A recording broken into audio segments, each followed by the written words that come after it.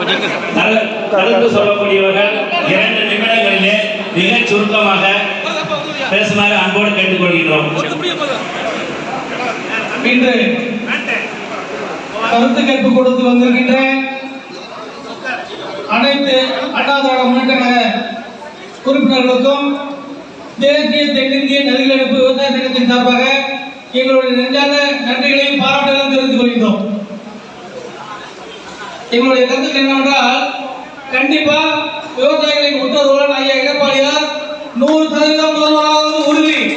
அவர் வந்தவுடன் இந்த கோரிக்கைகளை எங்களுக்கு நிறைவேற்றி தருவார் என்ற நம்பிக்கை உள்ளது. அனைத்து விவசாய கடன்களையும் தள்ளுபடி செய்ய வேண்டும் என்பது எங்கள் முதல் கோரிக்கை. 60 வயதுக்கு மேற்பட்ட விவசாயிகள் அனைவருக்கும் மாதம் 5000 உதவித்தொகை வழங்க வேண்டும் எங்களுடைய 2வது கோரிக்கை.